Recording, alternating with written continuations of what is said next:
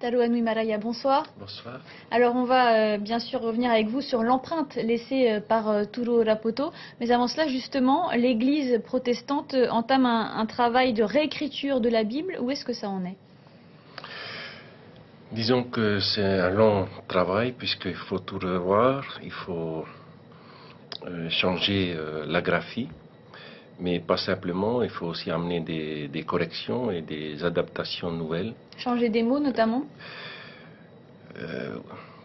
Probablement changer des mots parce qu'il faudra y arriver pour que la lecture soit en adéquation avec le travail de réflexion qui a été fait en amont et qu'on puisse passer aussi aux générations futures et que ça donne sens. Donc il y aura certainement des modifications aussi au niveau des mots. Ce sera difficile à faire passer auprès des fidèles?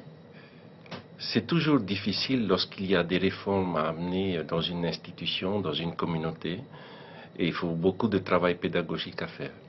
Alors l'Église protestante est en plein mai, les dons sont en régulière baisse ces dernières années. Est-ce que cette fois-ci ce sera pareil? Non, pas exactement une baisse, mais plutôt une stagnation. Il faut voir la situation aussi avec la crise actuelle qui secoue le pays, mais le monde économique. Mais je dirais que là, je viens de passer quelques semaines dans cette fête de la collecte du mai. Et je vois bien toute la difficulté, mais je vois bien aussi l'attachement des protestants à cette fête parce que c'est aussi l'expression qu'ils ont. Et ce sont des dons importants pour le fonctionnement de l'Église? C'est le seul don que nous faisons pour le fonctionnement de l'Église. Donc c'est quelque chose de très très important. Talouanoui Maraya, on vous retrouve dans un court instant, juste après le résumé. Alors Talouanoui Maraya, l'Église protestante est devenue l'instrument de destruction de la langue tahitienne. Vous êtes d'accord avec ça?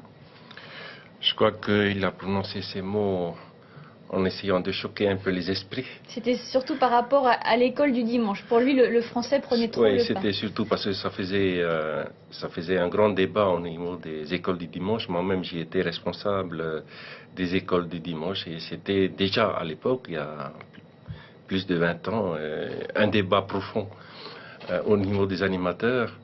Mais je pense que ce qu'il a dit a fait un électrochoc et nous a permis surtout de garder confiance et avancer avec insistance sur le fait de rester fidèle à la langue. Qu'est-ce qu'il aura laissé justement à l'Église protestante maori? Plusieurs choses.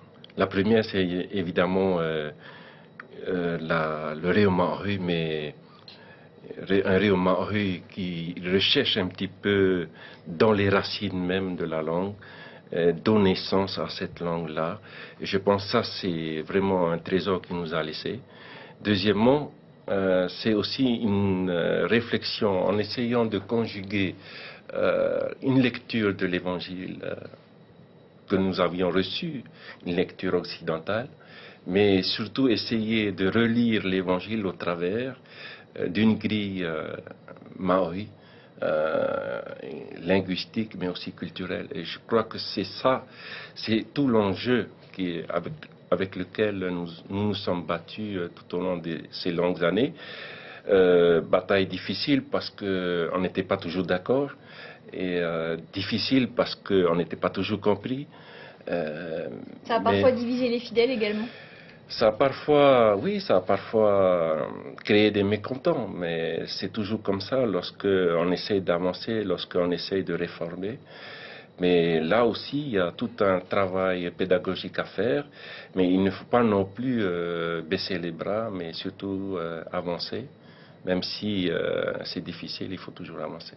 Du côté de la langue, vous l'avez dit, Touro Rapoto a réellement apporté sa pierre à l'édifice, mais pensez-vous qu'il fera le poids, entre guillemets, face au dictionnaire de l'Académie, à la graphie de l'Académie? Est-ce que son empreinte pourra rester dans le temps? Je suis convaincu parce que, vous savez, la culture, la langue, c'est pas simplement ce qui est dans le dictionnaire ou dans les grammaires ou autre chose, c'est ce qui est porté par ceux qui parlent cette langue.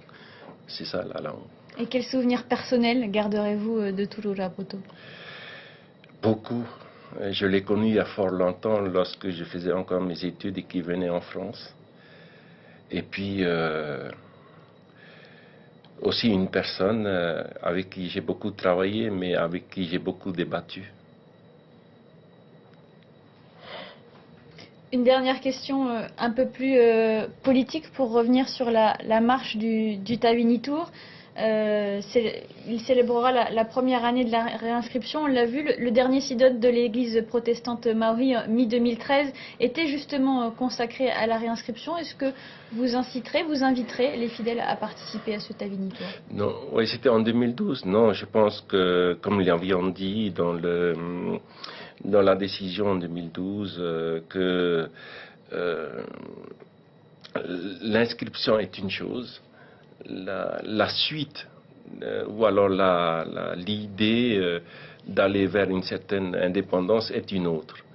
Je crois Pourtant, que vous l'avez personnellement soutenu, cette réinscription, puisque vous aviez déclaré à l'époque être convaincu que ça n'apporterait que des bénéfices à la Polynésie. Oui, sur la réinscription, parce qu'il y a des choses, des combats et des luttes, par exemple sur le plan linguistique, je ne prends que ça, ou sur le plan culturel ou autre, ne peut être résolu que au travers de cette réinscription-là. Est-ce que vous, personnellement, vous participerez à cette marche, par exemple? Non, non, non. Bien évidemment que non. Et bien évidemment que je n'inviterai pas personnellement les fidèles à y participer, mais libre à eux d'y aller selon leurs convictions politiques.